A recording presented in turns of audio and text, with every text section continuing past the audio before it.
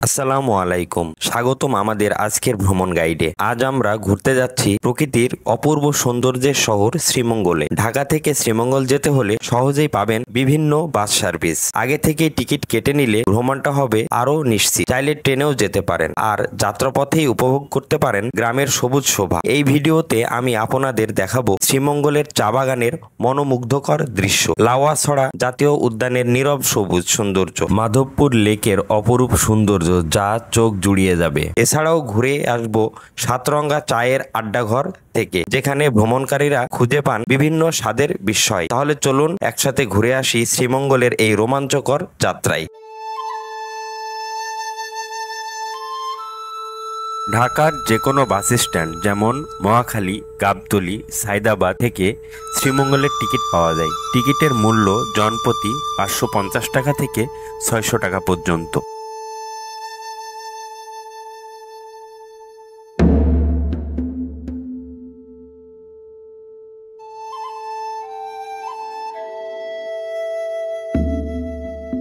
শ্রীমঙ্গলের bus stand থেকে আপনি আপনার পছন্দের মতো যে কোনো জায়গায় ঘুরতে যেতে পারবেন, তবে যাওয়ার আগে অবশ্যই রিজার্ভ সিএনজি অথবা চাঁদের গাড়ি ঠিক করে নেবেন। সমস্ত জায়গাগুলো ঘুরে দেখতে সিএনজিতে 1200 থেকে 1500 টাকা নেয় এবং চাঁদের গাড়িতে 1500 থেকে 2000 টাকা নেয়।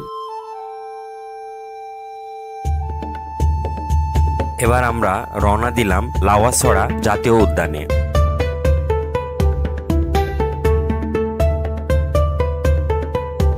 উদ্যানের পথে যেতে যেতে চোখ জুড়িয়ে গেল সবুজের সমারোহ দেখে।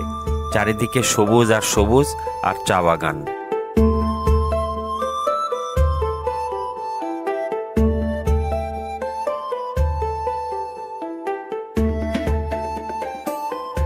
চলে এসেছি লাওয়াছড়া জাতীয় উদ্যানে।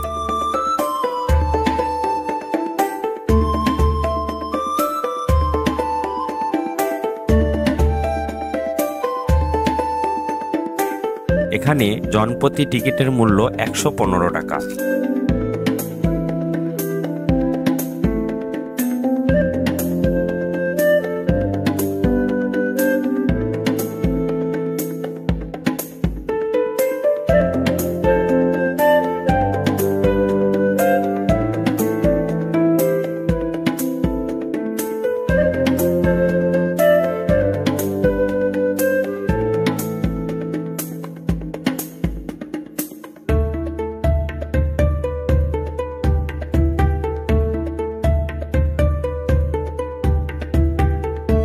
চারিদিকে বড় বড় গাছ আর সবুজ আর সবুজ, আপনার চোখ জুড়িয়ে যাবে।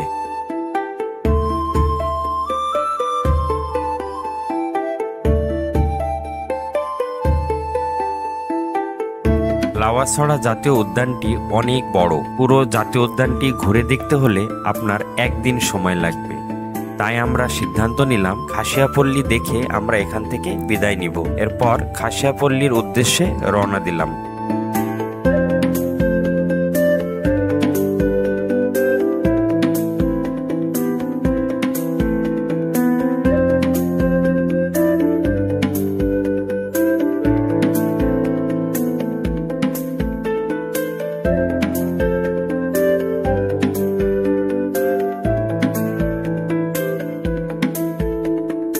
উদ্যানের ভিতর দিয়ে চলে গেছে রেল লাইন, যা দেখতে অনেক সুন্দর।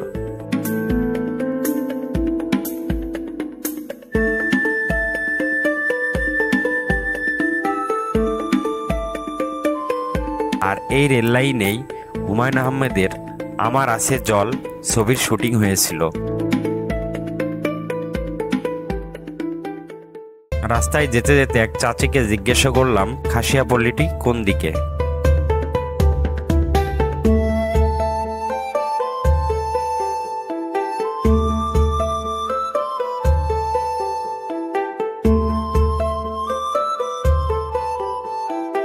রাস্তায় চলার সময় অবশ্যই খেয়াল রাখবেন যেন চোখ পায়ে না ধরে।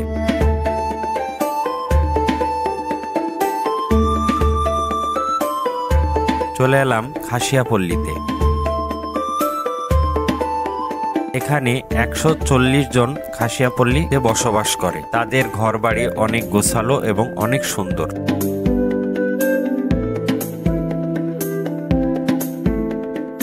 এই যে পানগুলো দেখতে পাচ্ছেন, এই পানগুলো তাদের বাড়ির আঙিনায় তৈরি।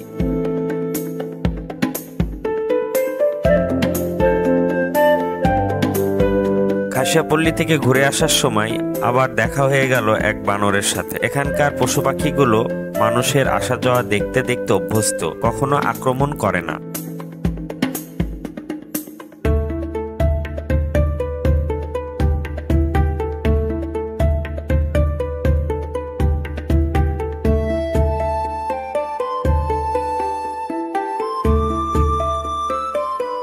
রাস্তার মাঝেই পেয়ে যাবেন বিশ্রামাগার, এখানে হাত মুখ ধুলাই করে নিতে পারবেন।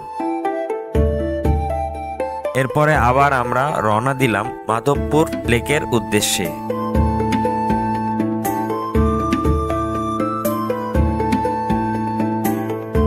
রাস্তায় যেতে যেতে সবুজের সমারোহ চোখ জুড়িয়ে গেল।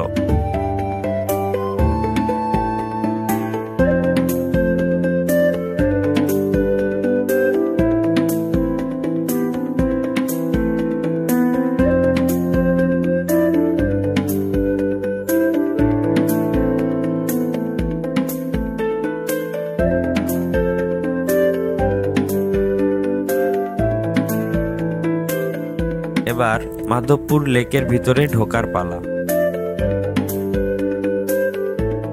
চারিদিকে চা বাগান আর চা বাগান আর সবুজের সমারোহ।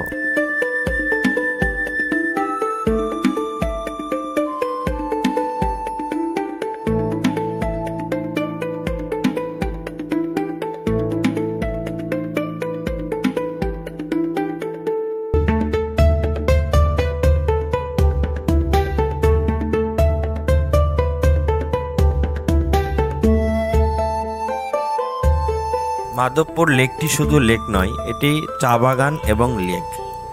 চারিদিকে চা বাগান এবং মাঝখান দিয়ে বয়ে গেছে লেক। মাধবপুরের লেকের সৌন্দর্য আপনাকে পাগল করে দিবে।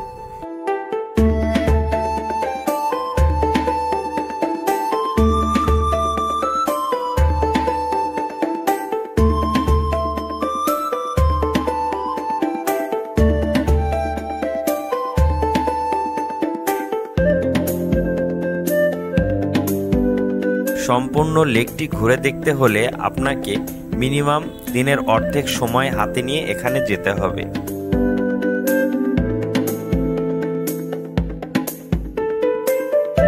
এই যে গাছগুলো দেখতে পাচ্ছেন চায়ের, এই গাছগুলো ছোট হলেও বয়স অনেক বেশি।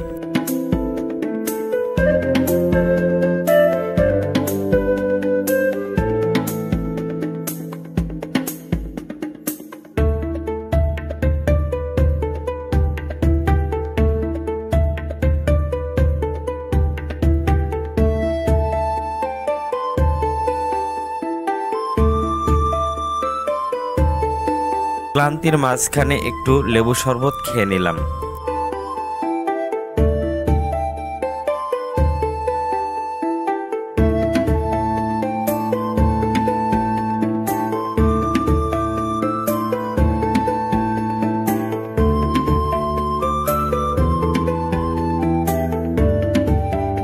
লেকের পাড়ে এসেই মন জুড়িয়ে গেল শাপলা দেখে। পুরো লেক জুড়েই আছে এরকম অনেক শাপলা ফুল, যা আপনি দেখে অবাক হয়ে যাবেন।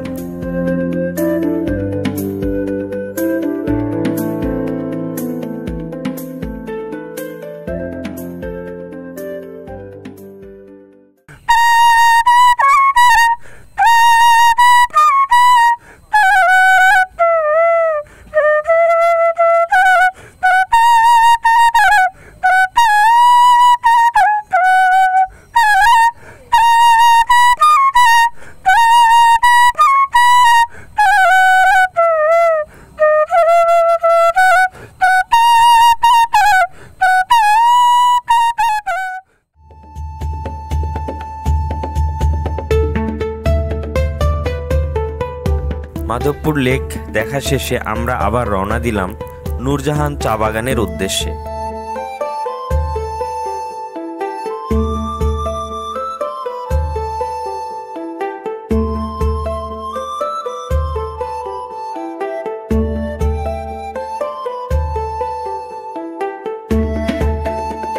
নূরজাহান চা বাগানে যাওয়ার সময় চারিদিকে শুধু চা বাগান আর মাঝখান দিয়ে রাস্তা, এক মনোমুগ্ধকর দৃশ্য।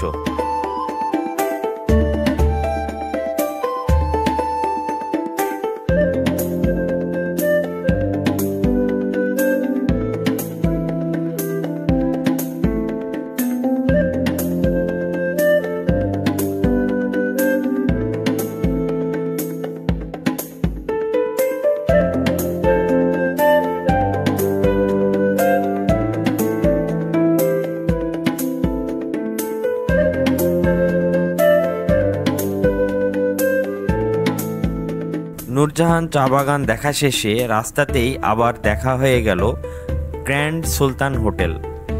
রাস্তাতে যেতে যেতে আপনারা এই হোটেলটি দেখতে পাবেন। চাইলে এই হোটেলে আপনারা রাত্রি যাপন করতে পারবেন। শ্রীমঙ্গলের সবচাইতে বড় হোটেল এটি।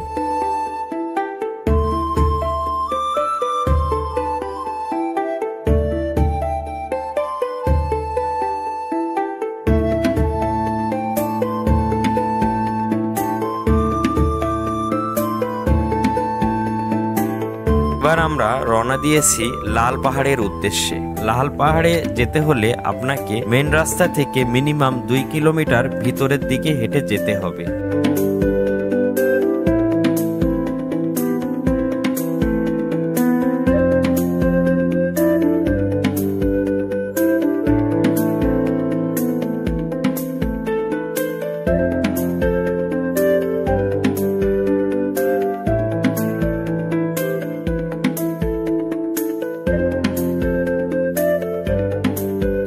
লাল পাহাড়ের উপরে একটি মন্দির আছে, এটা হলো দক্ষিণা কালী মন্দির।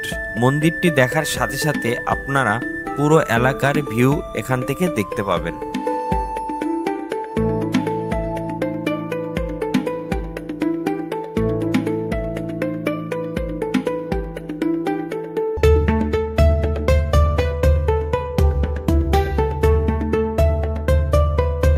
দক্ষিণা কালী মন্দির দেখা শেষে আমরা রওনা দিলাম সাতরঙ্গা চা খাওয়ার উদ্দেশ্যে। চলে এলাম নীলকণ্ঠ টি ক্যাবিনে।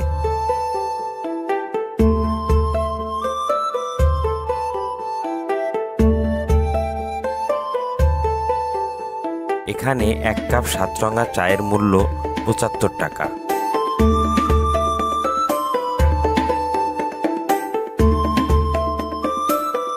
চা খাওয়া শেষে আমরা আবার রওনা দিলাম বাড়ির উদ্দেশ্যে।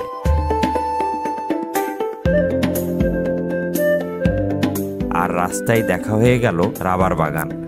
এটি একটি রাবার বাগান।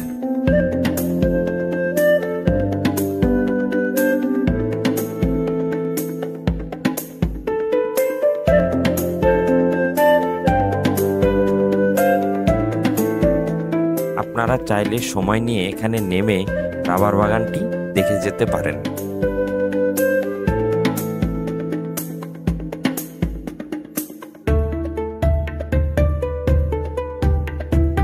পুরো ভ্রমণে আপনি চাইলে একদিনেই শ্রীমঙ্গল দেখতে পারবেন, কিন্তু স্বল্প সময় অতিবাহিত করে।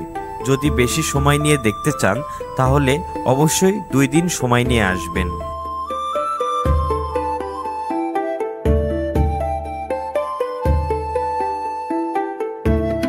রাতের খাবারের জন্য শ্রীমঙ্গল শহরের ভিতরে আপনারা 2টি ভালো হোটেল পেয়ে যাবেন। একটির নাম হলো টি ভ্যালি। এখানে খাবারের মূল্য অনেক কম এবং খাবারের মানও অনেক ভালো। টি ভ্যালির পাশেই আছে পানসি রেস্টুরেন্ট, যদিও এটি এখনো উদ্বোধন হয়নি।